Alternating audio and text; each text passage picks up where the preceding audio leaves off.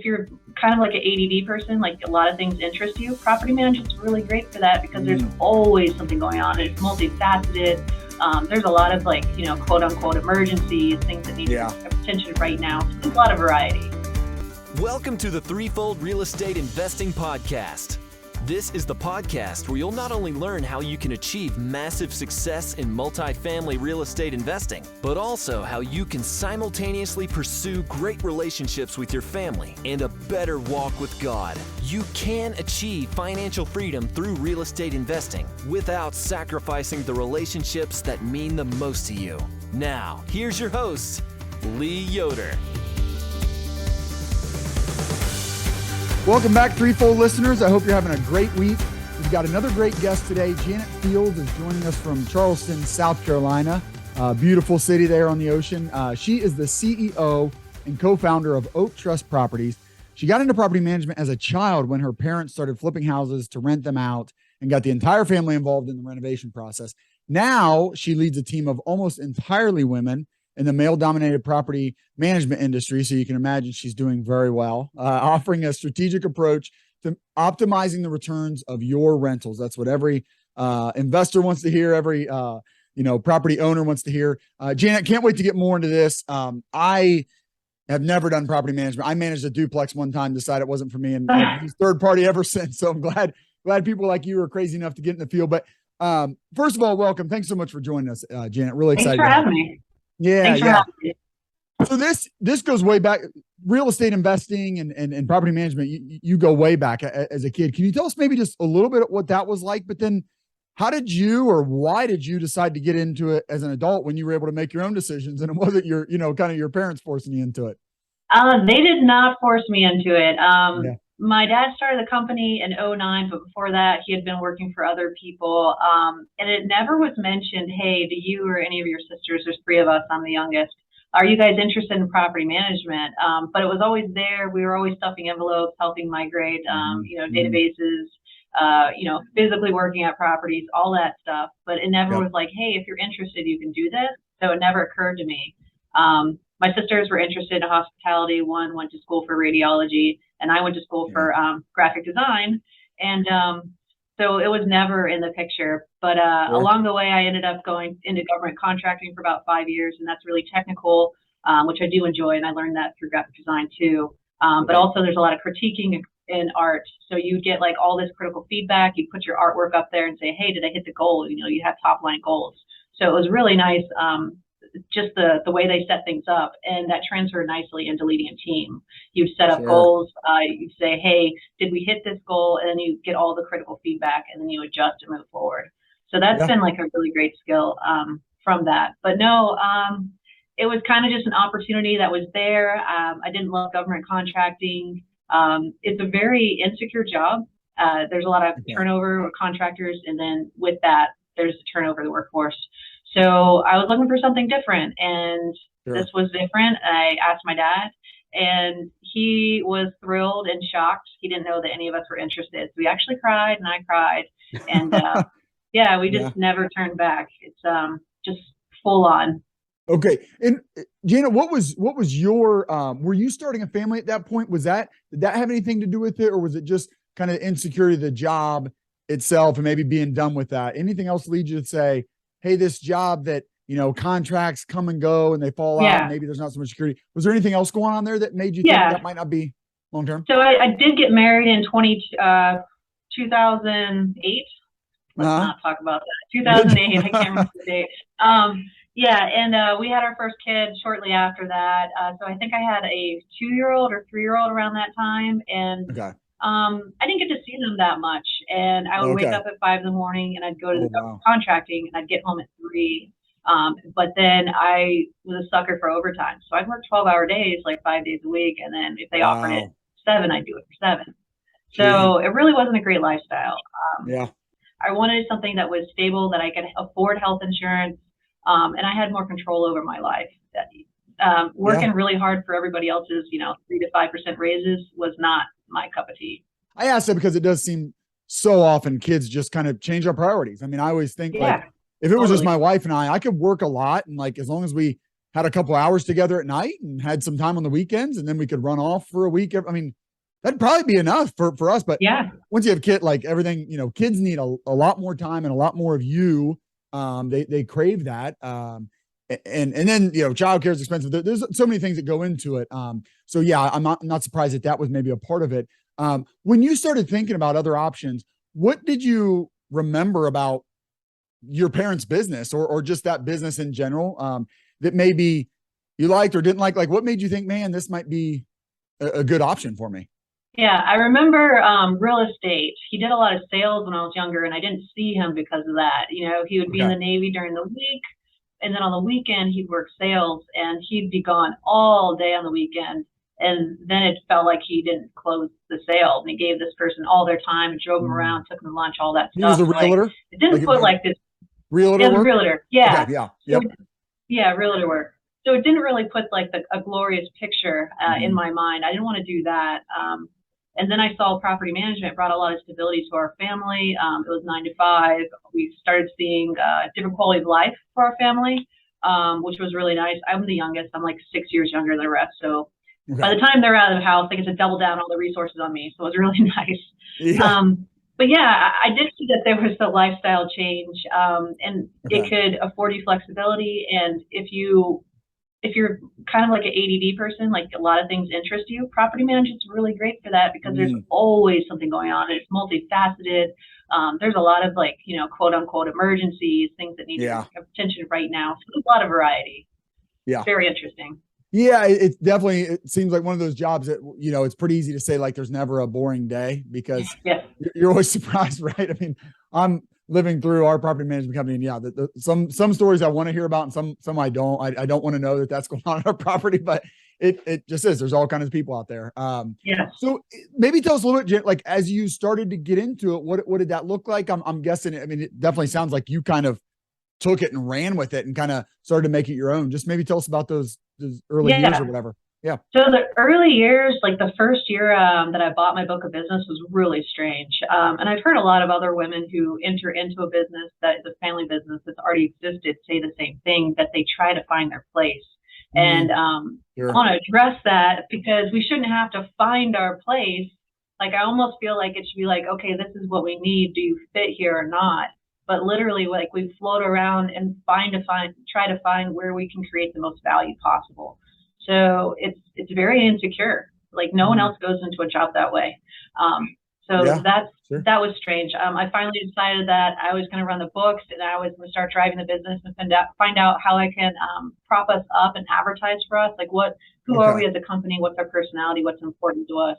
Like core values, stuff like that. And then start driving that through the conversation, through our weekly meetings, and just starting to have focus on who we are, not just doing random tasks for the heck of it. It needs to be done.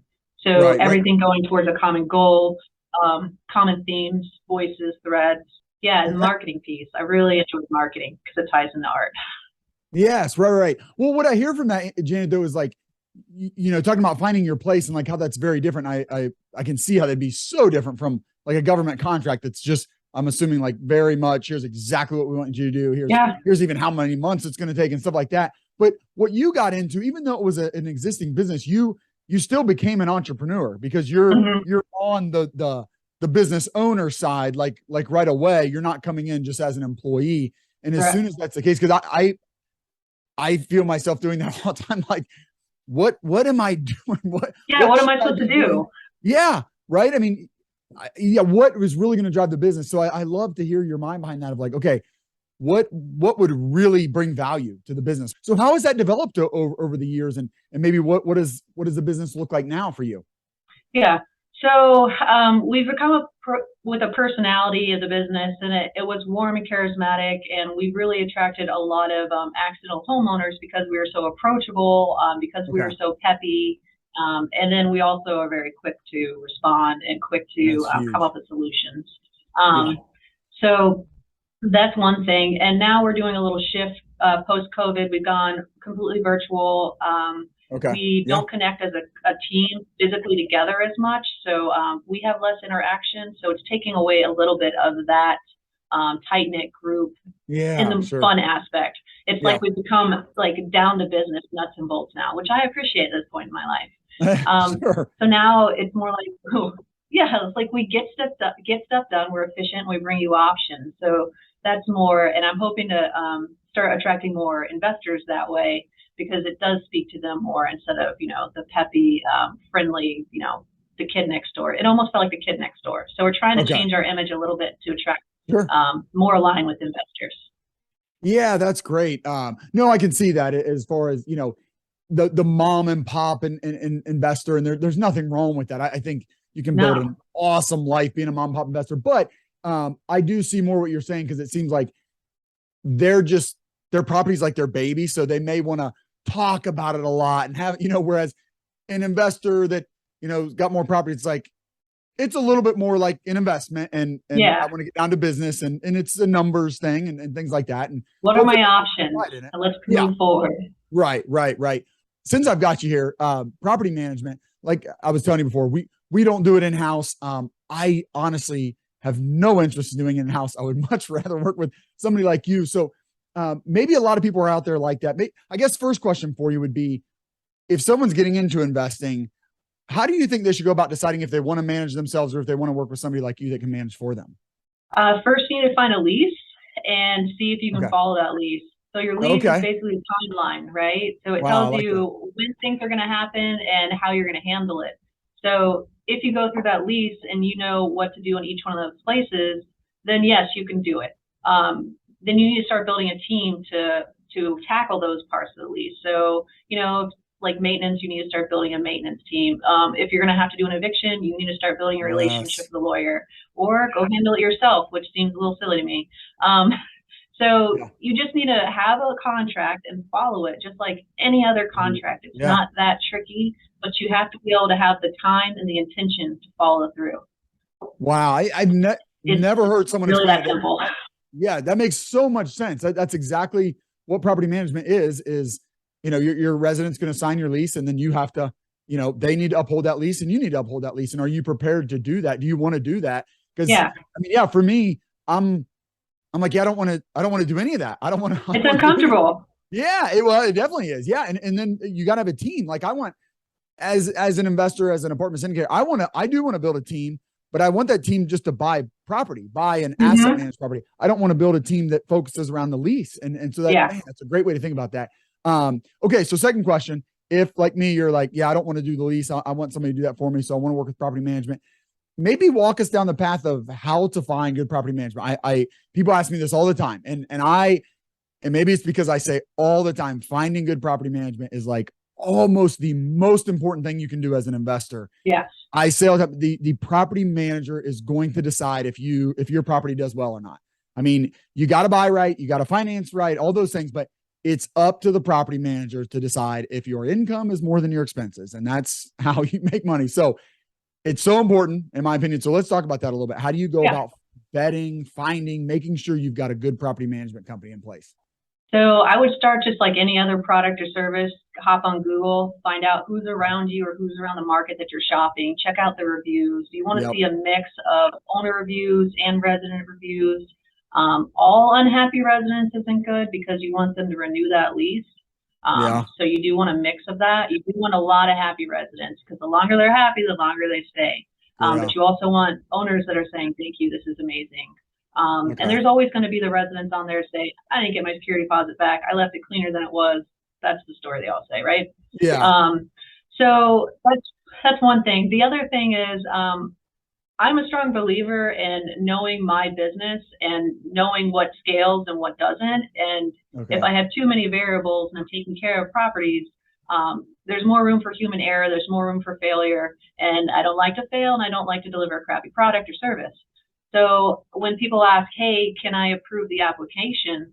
I say, no, you cannot do that. For one, we're removing you from the liability and the risk by us doing it. And if we hand you over that information, now we're both exposed. We do things this way because we've handled thousands upon thousands of properties over the past decade. And this is true and tried and tested. So we stick to our guns and what we're going to do. And we don't make a wiggle room for clients to say, well, I want to be able to approve this all the time. Sure. So we just handle everything the same. We deliver options for a way they want to move forward. And that's the way we do it. So if they want to work with us, they want to work with us. And if they don't, there's always another match for them out there. Sure. So, yep. No, it's a great way to look at it. I mean, when we've talked with the property manager, we've had some of them say, and I think it makes total sense. They're like, you have to let us manage your property. If you want us to be a good property manager, you've got to let us do it. And there's, you want to see transparency there. I want them to tell us what they're doing, but I want them to do it. We were out on one of our properties yesterday, and we were looking at some of the units and talking to the so kind of like our regional property manager was there, and then kind of like more the on-site girl. She's like the leasing agent, but kind of an on-site property manager as well. And they were kind of like, all right, well, what do you think about this? And I just kept saying, like, that's up to you guys. Like, you guys are the professionals. It was all like, what do you think about appliances? Like, do you think we should go the kind of the fake stainless steel, or do you think white and black are fine? I'm like, you guys know the market. You tell me. Yeah. And I think they appreciate that, because they have ideas. They know, they own, or they manage in the area. So I'm a big proponent of that. I want to work with somebody that is confident in their knowledge of the market and the residents, because I kept saying, like, it doesn't matter if I like this unit or not. It matters if I'm never going to live here. Yeah. Right. And so the residents, not me. I mean, you guys know. So you definitely got to streamline. You got to knock out the variables. The more variables you have, the harder it is to make a decision and move forward. And that's lots of time and money. You don't need that. Sure. Yes, absolutely. Do you, I mean, obviously you and your team enjoy property management that you're doing. What do you enjoy about it? I'm just interested. Yeah. So it's really nice to be able to help people. People are really thankful. It's a really stressful experience to move in the first place. Managing a home alone it's something, it feels ambiguous because you're so far away. So you want somebody else to do it, and you want to build trust. So being able to provide trust and security for people, for the residents and the clients, it's really great. We actually get a lot of thank yous. About a decade before we didn't. We just got, kicked in the teeth all day long. But now we've built up like systems and processes. We're good at it. We're getting thank yous. We get flowers. We get cards. We get coffee mugs when people go on vacation. So it's really nice just to be able to build those relationships and help people and meet their needs. I mean, housing, it's not fun to move. It's super stressful. Yep. We're happy to help.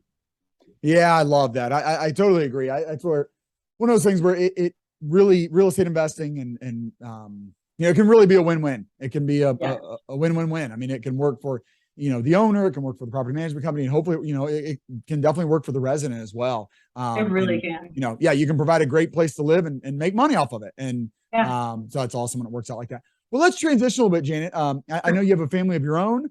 You work in a family business, and now it sounds like you're kind of maybe going to transition to where it's your own family business. And so, you grew up, what I would call, and my wife always uses the term, like just living a very integrated life where like your home life and your family is kind of integrated with the family business. Are you kind of doing that same thing with your family? And what's that look like for you guys? I don't have them come work with me now that it's structured in corporate. So I don't bring them into the office that much, but we talk business, we talk numbers, we talk business. I tell them how much our mortgage is. They know how much our bills are. We talk about paying monthly bills. We talk about the future. I have my son listen to leadership books. We listen to podcasts together. Cool. He asked me about the stock market. So there's a lot of talk about business and the future, leadership development, stuff like that. One of the things we do a lot together is playing outside, like mountain biking, jumping bikes, playing frisbee in the yard, trampolines. But yes, there's always the topic of what are we going to do with our future? And I push entrepreneurism, but not so much working on my business. I tell them I'll help them set up any business they want. That's awesome. Financial literacy, it's so important. It's so undertaught. And so I love that you're kind of taking it on yourself. And it's maybe a little bit easier for you to do it just in that you have a business and you're running it. So you see it and know a lot about it than if you just had a job and you kind of could just show them, here's how much I make. But everybody, I don't know, your own home and your own expenses can kind of be your own family business in a way. So really everybody. Yeah. My husband, he stays at home with the kids, and people used to think that staying at home was easy, but it's literally like running a company. It's You're managing all these Yeah. people, you're managing all these activities, you're managing all these funds. It's like running a company. It really is. Yep. And it's funny you mentioned the finances. I just brought home recently Cash Flow. It's the Rich Dad Poor Dad cash flow game, Yep. and dropped off at Mom and Pop-Up's house. And I said, hey, will you learn how to play this game so we can have a family night with all the cousins and all the grandkids, and we can all play Cash Flow? Because we got cousins who are starting to go off to college. I was like, they Oh, don't it's really fun. teach this in school. It's time, Yes. We need to know how to be, financially literate. So you're gonna make the grandparents learn how to make, because it is not an easy game to play, right? Like, isn't it pretty in depth? Yeah, you're watching your cash flow go in and out of your house, and you're deciding if you need to pay off your debt or if you're okay with debt and you want to make investments. Yeah, I went over there Friday to pick them up, and my parents had out the pads, and my 8-year-old, my 12-year-old at the table. My 12-year-old's like erasing and writing in numbers, and it was so cute. I loved it. Oh, I told my son, I was like, watch out, I'm going to buy a whole set for your financial class. He's like, no. it's going to be so beneficial for them. Yeah, that's great. huge. So, with your husband being able to stay home, I mean, it sounds like just your business, Janet, and being an entrepreneur has allowed you guys to kind of do the life like you want to do. Yeah, I'm sure there's some struggles. Maybe just tell us a little bit about that, how it's working out for you guys. Most of the time it's amazing. I would say 60% it's amazing, but then there's the 40% where I don't see them, which is hard. But I know that I'm investing in our future. I'm investing in our financial security. I'm investing in being able to pay for the education that my kids want. I'm investing in hopefully them starting a business or deciding that they want to do investment properties or decide they want to go to college. So I'm investing in all those things and constantly investing in my own education through, just reading and devouring books and podcasts and stuff. But yeah, it's really a great life. My husband, he stays with the kids all week, and then on the weekend, he'll take off and go to the mountains, go mountain biking with all his bros. And sometimes he'll drag out the boys up there. We'll go up as a family sometimes. But it really is a good life. And when both people work, it is hard. It's hard to give the kids the positive attention that they need when you walk in the door at 5:30, 6 o'clock, and you have to feed them at 6:30, and they have to be in bed at 7 or 8. You get you don't have enough time to have a positive impact on them. So this has given us a lot of balance. Oh, I love that. Yeah. What's your goals? What are some of your goals, Janet, for the business? Yes. So I would like to scale. I would like to be basically a small giant, to have a really amazing culture where people can learn and grow and decide if they'd like to grow within other companies that I start that feed into the real estate business. And maybe if they tap out here, they can go other places. And this could be like a launching pad for them. Maybe they want to start their own businesses. But I would like about a dozen other businesses. I'd like to start investing my own property. I was hoping to buy my first commercial office this year, but I don't know that it's even a great choice anymore. We'll figure that out. Yeah. I have about 3,000 square feet that I only use right now. It's really sad. So I do want to just start investing. I want to start growing more businesses as I get everything else under control. Man, the fact you have the property management piece down, I mean, you're well set up to buy your own properties, and then you can manage them really well. And again, that's what the size of a property does well. So you're well positioned to become an investor. So business keeps growing. I think you'll be in a position to do it. Yeah, everybody's banging down the door right now. The market's shifted. You can feel it. Yes. Great. Yeah. Oh man. Yeah. I guess real quick, if you don't mind, Janet, what are you seeing? You're kind of boots on the ground. Tell us a little bit about that. I mean, you hear, I feel like I hear both sides. Like we're headed for a recession, and it could be a deflationary recession, and could be one where rents go down and vacancy goes up and people are losing their jobs and things like that. Or is this inflation going to keep going? And so there's going to be some pain, but prices just keep going up and asset prices just keep going up and all that. I don't know. What are you seeing? So, what do you think? Rental market in our area, I don't believe Charleston's going to take too much of a cut in rental prices. We've been really protected over the last couple of decades. 2008, we didn't really see a big pain point from that. That's nice. And now it feels the same. We haven't had massive growth, but we've had 10, 12, 15% growth in rents. So I don't think it kind of depends on your market. Like, we are attracting jobs like crazy. We have so much land in Charleston, South Carolina, and we give huge incentives to businesses to come here and attract workforce. So we have a great job market, and then we're a great tourism place. So we have a lot of pluses. So if you're in a place like that, I hear Tennessee's good. I hear like Asheville, Raleigh area, Western North Carolina, those kind of places are good. But then probably California, not so much. They're probably already a little stressed out. People are moving from there, coming across to cheaper places. Yeah, I don't think we're going to see a whole bunch of dropping where we are. Now, there could be drops in other places. And then we had this interesting thing in 2020 when we used to have more roommates, and 2020 was like a pressure cooker. Nobody wanted to be a roommate anymore because we spent too much time at home. And that's one of the contributors, according to Zillow, one of the contributing factors of why we don't have enough property right now is because people who used to roommate until they're in their 30s or early 30s are no longer doing that because it was intense during that time. So we might have a little swing back, might have properties come back on the market. Especially with the market swinging back. So there's so many factors. Oh, I know that. Yeah, impossible to predict. I think one point you made that I totally agree with, Jan. Typically the places that run up the most, like you said, like we haven't run up like crazy.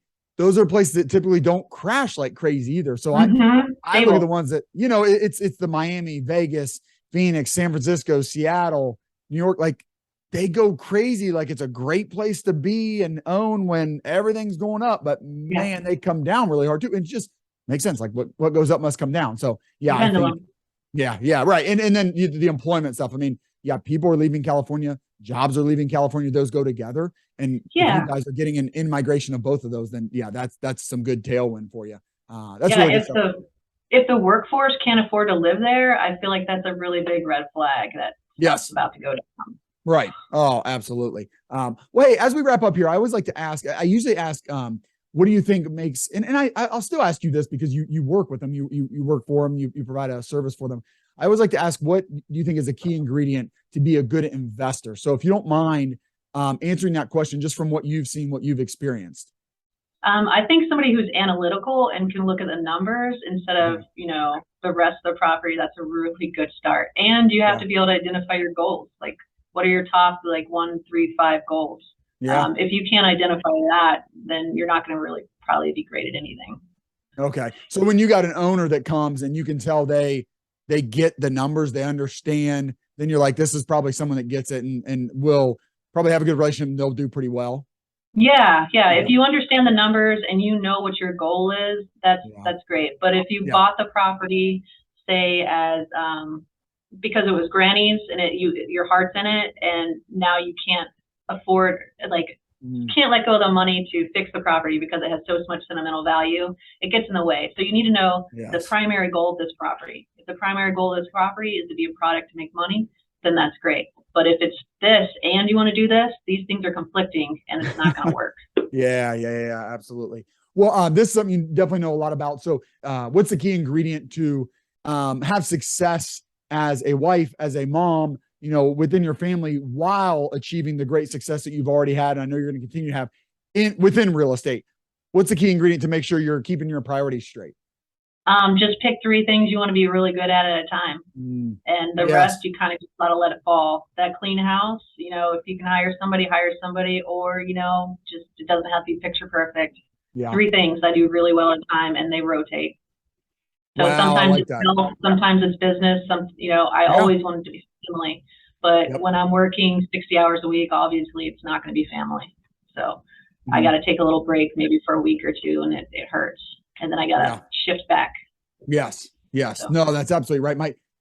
Maybe you read the same book, my wife, that she's big on having our 3 buckets. And we even set some for the year. And she was just like, look, you can't do it all. I mean, you can't. I can kind of fall into that thinking that I can sometimes. And she's like, we can't. And if something doesn't fall in one of our main 3 buckets, we still might be able to do it, but we got to understand it doesn't hold that priority. It doesn't fall within those buckets. So sometimes we have to say no to some of those things. Yeah. Any good book recommendations? Maybe a real estate related book or one talks about property management, anything along those lines? I usually listen to business books. Okay. One of my Yeah. favorite books is The Hard Thing About the Hard Thing. Oh, okay. I haven't read that one Sometimes yet. you don't understand. Yeah, you don't always know like how to handle a situation, but you know you didn't do it great. So I go read that book and then I'm like, oh man, I did that horribly. And now I know like the best way possible to handle it. Well, this has been great, Janet. As I've been, butting in and saying this whole time, I'm just really big on how important property management is. So it's been really helpful. Thank you so much for coming on and sharing so much wisdom for us, whether, people want to be a property manager like you, for others or just for themselves, or, if it's an investor that wants to work with property management. It's just been really helpful for all those people. So thank you so much for coming on. Before I let you go though, Janet, can I ask you, I always like to ask my guests just what might my listeners and I be praying for you in the coming weeks? Maybe you, your family, your business, anything like that. Maybe just like an hour of quiet would be great. Yeah, just a little family time. Oh man, yeah. I think I could use an hour with both my kids right now would be great. Oh yeah. So. Well, we'd love to. Yeah, we'd love to pray for that. Yeah, they're just goes by so fast, doesn't it? I mean, even when I'm annoyed, I'm like, man, I'm gonna just want so badly to be annoyed with them because someday they're gonna be gone, and I'll want them to be around to be annoying by just leaving stuff out. Like I just think my son's just always leaving stuff all over, and I'm like, and then I just look at it and I go, someday I'm gonna wish that my son's stuff was left all over because he's gonna be gone and none of his stuff's gonna be here. So we'll definitely pray for that. It goes by so fast. But again, Janet, thanks so much. Hey, where can people find out more about you, your company?